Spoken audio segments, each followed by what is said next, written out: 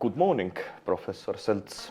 We are honored to see you again in Tartu. As we just were discussing, we even don't remember how many times you have been giving lectures and donating different objects to our university. Was it 8, 9 or 11 times? It was a bit... Sometimes something in between, but at least starting from 2011 you have been our constant, how to say, co-worker and advisor, and always helped our university and our scholars, and we thank you for coming again and bringing these beautiful objects for the use of the Estonian Oriental scholars and students especially. But maybe you could a bit tell us about yourself, your career, and what were you doing and what are you doing, and your science and scientific background for our students and interested people. Okay, welcome. I'm very happy to be again here in Tartu so many times, and this city and the university and the colleagues I really feel attached to. When you ask about myself, I used to be a professor for Oriental Studies at Vienna University with the focus on early writing and on archaeology. And I'm retired now since a couple of years. I still teach somehow, and my background is that I started actually in the 70s with philosophy, which is not directly connected to the subject of Oriental Studies. And after several semesters then I decided to do something real. And the real ended up to be Assyriology. And then, I studied Sumerian and Akkadian languages. I spent 1.5 years in the United Kingdom, working with the very famous and respectable person Lambert there, and returned, finished, and afterwards I was for a while assistant professor in Berlin, and got a call to Vienna in the later years of the 90s past century. And then, I stood there and tried my best to teach and to do research in order to educate people to get some insights in the cultural history. My motivation has been basically economical history on the one hand, and religious history on the other hand. So this is about a little bit about my background. Yeah, and as we also in our previous interviews we spoke, you also have been in Iraq and dealt some time from your life with archaeological matters, and on the table here we have also some artifacts you are going to present to our scholars. So maybe you can also speak about your background in archaeology, and let's explain these new objects you brought with you to university. Yeah, you see, archaeology is considered to be an important part of education if you are doing Oriental studies. Why so?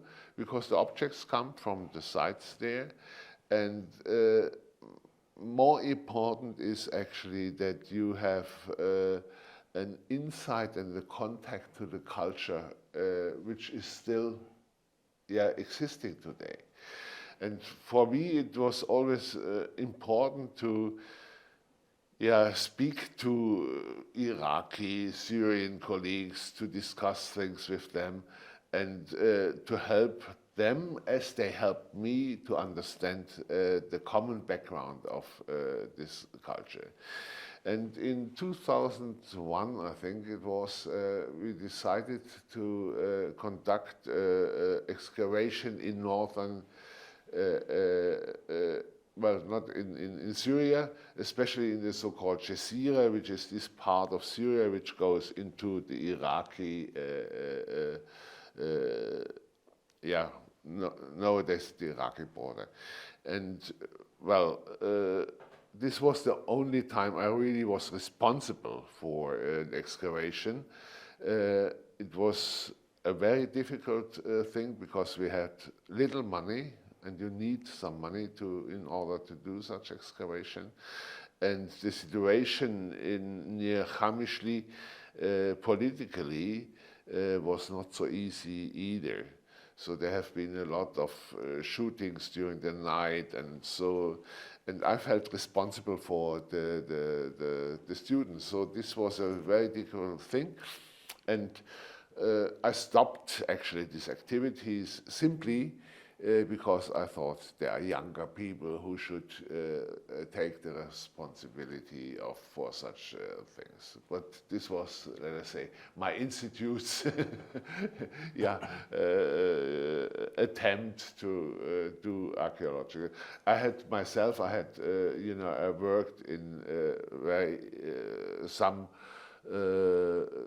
let us say, early excavations in Germany. So I had my training in the normal Germany early Bronze Age excavation, but this is another matter which does not concern us here. May I turn to maybe now we should introduce the objects you are going to present tomorrow on Saturday. Yeah.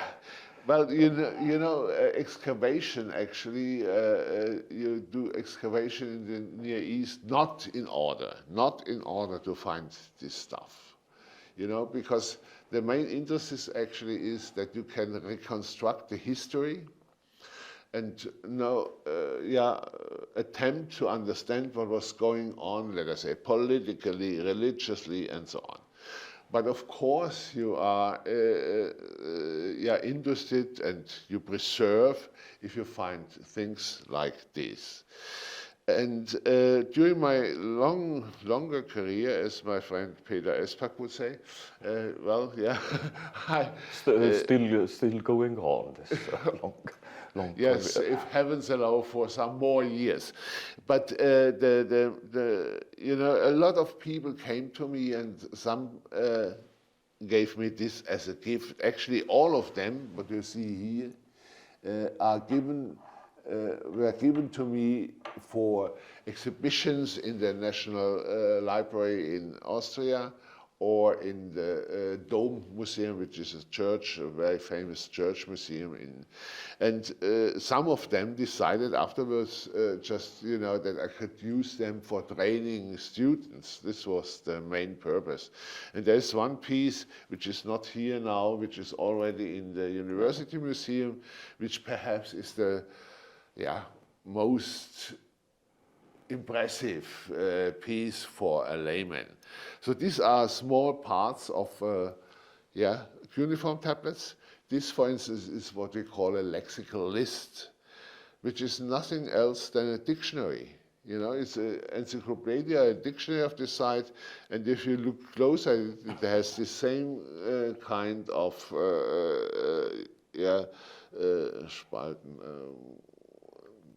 the same kind of differentiation as modern lexica have. So there are some of these texts which are bilingual, even trilingual. You know, there are Sumerian, Akkadian, and sometimes Hittite or other languages. And they are, of course, essential for us in order to understand the texts we read. This is a very important strand of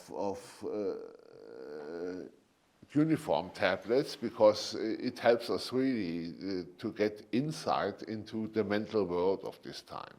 The other one here are smaller Neo-Assyrian, meaning first millennium pieces. Yeah, they're all around. This one is only 3,000 years old. Yeah. So Only- in our scientific area, when we say something like 1000 before Christ, then it is a very new object. Very, very recent. We They call are it even from recent. this. Yes. Yeah, one of this is probably a legal document. You know, you had, as today, when you sold a house or a field or whatever, you know, you documented it and draw a draft, and finally, with witnesses, you establish the transfer of the property from one person to another. So this is probably one of these. This I do not yet understand. So the main, the thing actually is that scholars, hopefully, the great scholars here in Tartu or from outside, will look at them and place them in the correct context. Yeah, they still have to be studied, so Yes, they are not yeah. Yeah, they are not- scientifically yeah. yet completely studied. So And I'm very positive about this, because the first piece, which I cannot show here, which, because it's still in the University Museum, well, has already received this sort of attention, and there is a publication of our colleague Andreas Johandi, who translates the text, sets them in the historical background, and discusses the stuff. This sort of a piece of a small cone, which actually documents again the transfer of property rights. And in this case, the owner or the proprietor is not a natural person, it's a god. So it's a part of a temple inscription. And finally, you may have a look at this naked women, actually, which is from the old Babylonian period, meaning sometimes around 17th, 18th century before Christ. So quite late. We have found exactly, I think, hundreds, if not thousands, of such things in the Near East. And what is interesting, that they have been not excavated in temples. They have been excavated in private houses. Yeah, let us say we excavate a private house, we have the living room, the sitting room, and someplace you find this stuff. They are interesting in so far as they are reproducible. They are made from a mold. Yeah, so you can make, let us say, tens or hundreds of these things. And they are interesting in so far as well as we assume that they have something to do with private religious, with piety of the people living in this room.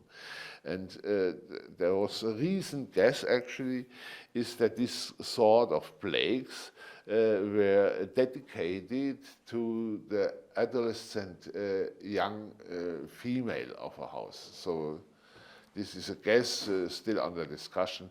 But you see, this is a little bit about the environment of these objects, which are now the property of the University Museum of Tartu. Yeah. So as we also yesterday we spoke that in our scientific field, basically everything we do is something completely new, because no other scholar has either studied this tablet or even basically everything we do, almost no one hasn't done it before, which is a bit contrasting, let's say, Shakespeare scholars or Nietzsche scholars or Wittgenstein scholars or different other fields of humanities where you might have tens of or thousands of hundreds of thousands of persons or scholars who have already studied it. In our case, we usually have completely new and previously unknown material. That's right. Yeah. You once said that it was one of the motivators that you choose. Yeah, it's emotional in a way, but to hold a piece like this in your hand, and you are sure that for 4,000 years, nobody understood or read what was written on it. You know, it's not a scientific or a scholarly attitude, but I must say it is a motivation. You look at it and you try to understand, and eventually, hopefully, you understand it. And then you know that it may have been 2000 before Christ, that's the last time someone looked at this and read it. So this is an emotional part of it. Yeah, you're right. But for me, it was not unimportant. And I think, you know, for the University Museum in Tartu, it's good to have a smaller selection of this because, you know, you can go with your students, you know, to the museum, have a look at them, and they, for me, the first time I saw original and had it in my hand, I think it was in the British Museum in London, it was a sort of touching feeling. Yeah, okay, yeah. So you have the chance now in Tartu too, to go with your students and show them, and maybe it will help to continue this fantastic strand of ancient Near Eastern studies in Tartu. I must say one of the reasons is not only the friendship to our colleagues, yeah, to Peter and to Vladimir and all these colleagues, which are excellent scholars, but one of my very impressive thing is that you have here in Tartu a younger, smaller, not too small, but a smaller department concerning with ancient Near Eastern studies, which in the last decades won international acceptance. You know, so let us say 30 years ago, I probably, if you would have mentioned the University of Tartu, I say, yeah, maybe there is someone who is there. But nowadays, if you mention Tartu University in the context of ancient Near Eastern studies, yeah, people would know. And this is one of the reasons that I, yeah, with these small little things there, I hope to support Tartu in the future of cuneiform and archaeological studies. Yeah, we are of course very grateful. This Kudea, King Kudea Kun with a very important cuneiform text. It is now exhibited at the art museum, and so now we have to start filling in different documents and finding the spaces how to make them available also to students and how to store them. But it is it will we probably will have to organize it for during the next months. And there's all this bureaucratical and organizational things, but we are of course very delighted to have such a colleague and friend like you, and of course, yeah, we are very happy that you appreciate our Oriental Studies and Center for Oriental Studies at the Tartu University, and hopefully lots of your future visits are still coming. But I personally hope that what you started with, let us say, ancient Near Eastern studies in Tartu will continue and will find the support and acceptance of your university. Of course, you always, you know, you need in a way the support of the university organization. But what you did in the last 25 years is so fantastic that it deserves the support, the official support of the university, and I hope that you can continue in this vein in the future. We certainly hope that we have the support of Austrian and German and scholars from the foreign lands. We are very thankful for such an important international support, but usually I wouldn't say that our own university appreciates that much, but still we have so much, especially also thanks to you. We have our international cooperation is, I would say, really wide. Sometimes I feel myself more like an Austrian scholar, constantly in Innsbruck. Or you are here, so somehow with Austria it has been very Innsbruck and Vienna, and I think you are our main you are our main, how to say, international friends right now. We all have a shared interest. You, Innsbruck, Vienna, we are all interested in promoting the study of ancient Near Eastern history. And this is our shared, and as long, there's no personal side involved, The goal is actually, or the aim is to provide better insight in the history of ancient Mesopotamia, which is relevant for many areas. Basically, it is relevant even to legal history, agricultural history, economical history. We are soon planning a podcast with one of Estonia's foremost financial analysts about the origins of money. As you know, we can, this uruk, these pools and measurements, we can date the beginning of money to the third or fourth millennium.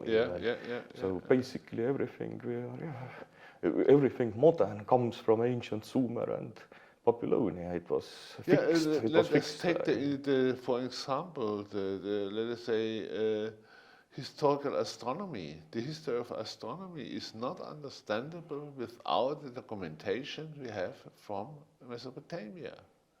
This is the science of astronomy developed in ancient Mesopotamia very clearly with a lot of theoretical impacts, and so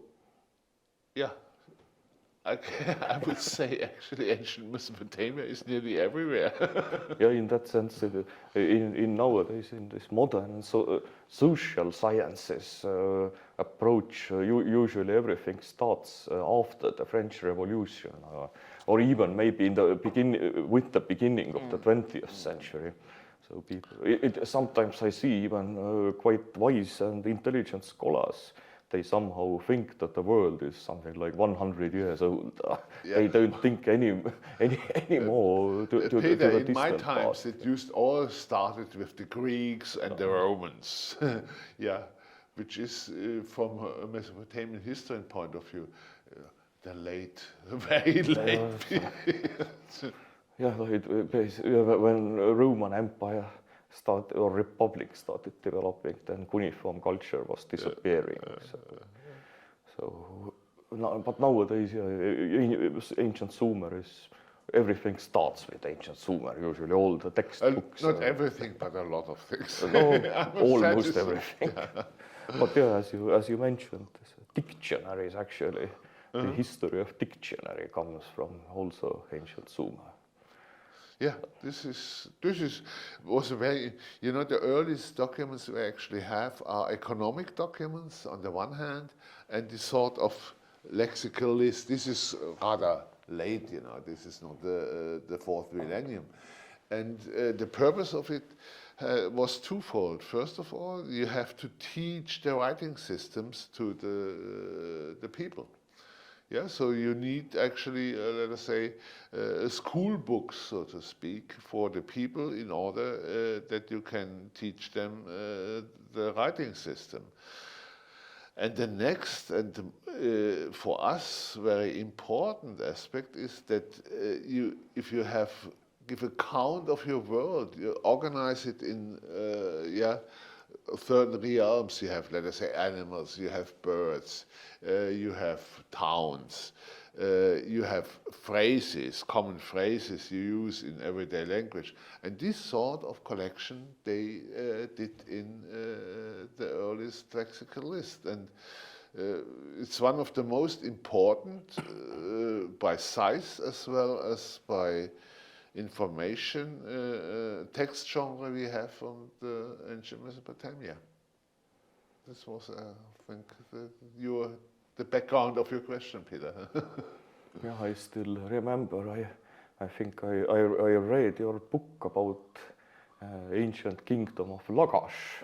So 2,500 before Christ is 4,500 years ago.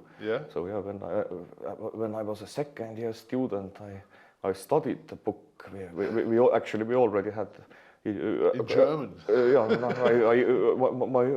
I can read German. Sometimes to speak also. But yeah, then I was imagining how these famous authors might look like. Student, and then quoted you and others in my master's dissertation and diploma work, and now it is. Now you are here. So I'm here. Yeah. It is amazing, but maybe you describe also something what you have studied more lately. Your plans, or what have you written more lately, and what are you planning to write in the near future? Yes. So what is your career plan? Peter, let me take your starting point with this book you read. I'm glad in your early career of archaeology. It's actually, I guess, it's one of the very few German written dissertations who was published in the United States. Yeah. Simply because the German publisher asked too much money from me. I could not pay for it. So this was the reason that the people in Philadelphia actually said, okay, we publish it, and it's somehow strange having a German dissertation published in the United States. Yeah, well, you know, actually the scope of my research did not really change over the years. It was always about origins.